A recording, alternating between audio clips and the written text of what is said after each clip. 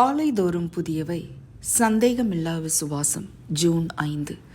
தன் இருதயத்தில் சந்தேகப்படாமல் விசுவாசித்தால் அவன் சொன்னபடியே ஆகும் என்று மெய்யாகவே உங்களுக்கு சொல்லுகிறேன். மார்க் 11:22.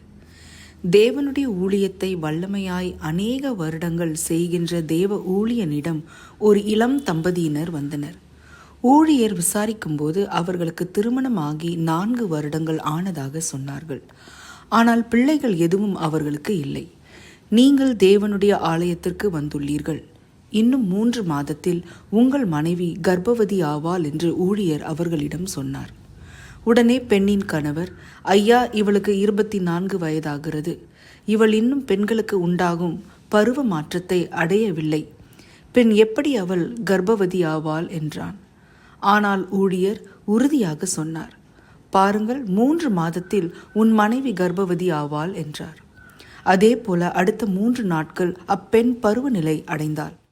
அடுத்த 3 மாதத்தில் கர்ப்பவதியானாள். அவர் வைத்திருக்கிற விசுவாசம் அந்த தம்பதிகள் மத்தியில் மிகப்பெரிய அற்புதத்தை ஏற்படுத்தியது.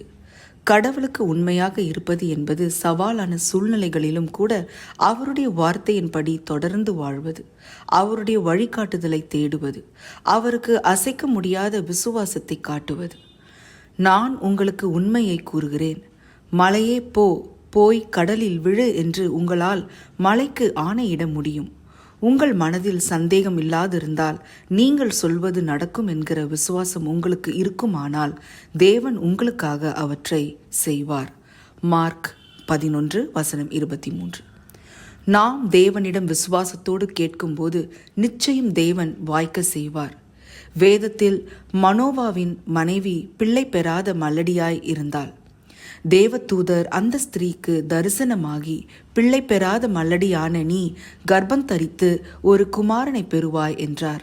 அதேபோல் அவள் குமாரனை பெற்றாள். அவன்தான் சிம்சோன். இயேசு விசுவாசிக்கிறவனுக்கு எல்லாம் கூடும் என்றார். மேலும் அதற்கு அவர், மனுஷரால் கூடாதவைகள் தேவனால் கூடும் என்றார்.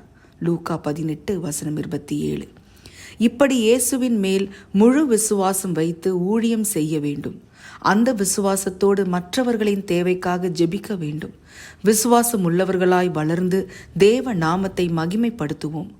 பவுலை போல என்னை பலப்படுத்துகிற கிறிஸ்துவினாலே எல்லாவற்றையும் செய்ய எனக்கு பலன் உண்டு என்று சொல்வோமாக.